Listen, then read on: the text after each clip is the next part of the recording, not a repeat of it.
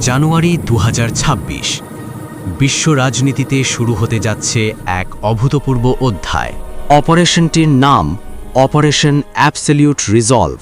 ভেনেজুয়েলাকে ঘিরে তখন রাজনৈতিক সংকট চরমে পৌঁছেছে। অর্থনৈতিক পতন, জনগণের ক্ষোভ এবং অনিশ্চয়তা দেশ জুড়ে ছড়িয়ে পড়ে। রাস্তায় বিক্ষোভ, উত্তেজনা আর উদ্বেগ, পরিস্থিতি অস্থিতিশীল হয়ে ওঠে।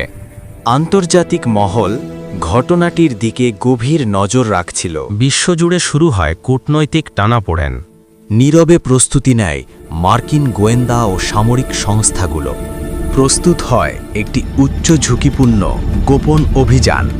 রাতের আধারে আকাশে উড্ডয়ন করে অসংখ্য সামরিক বিমান। অপারেশনের জন্য আকাশপথ নেওয়া হয় সম্পূর্ণ নিয়ন্ত্রণে। সমুদ্র থেকে প্রস্তুত ছিল নৌবাহিনীর বিশেষ ইউনিট। বিশেষ বাহিনীর সদস্যরা শেষ নির্দেশনা গ্রহণ করে।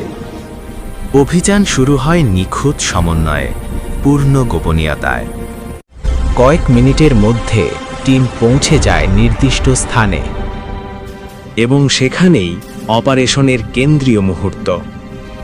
নিকোলাস মাদুরো ও তার স্ত্রীকে আটক করা হয়।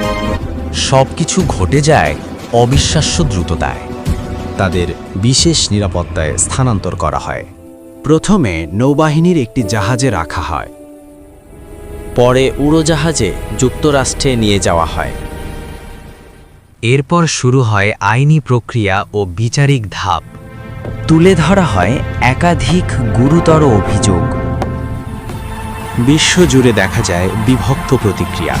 অনেকে প্রশ্ন তোলে, আন্তর্জাতিক আইন কোথায় দাঁড়ায়? আলোচনা শুরু হয় শক্তির ভারসাম্য ও রাষ্ট্রীয় সার্বভৌমত্ব নিয়ে। এই অভিযান বদলে দিল বিশ্ব রাজনৈতিক আলোচনার দিক। Operation absolute resolve. ইতিহাস একে কিভাবে মনে রাখবে তা নির্ধারণ করবে সময়। এটি ছিল এক বিশ্ব রাজনৈতিক মোড় পরিবর্তনের গল্প। ডকুমেন্টারিটি ভালো লেগে থাকলে ভিডিওটি শেয়ার করুন।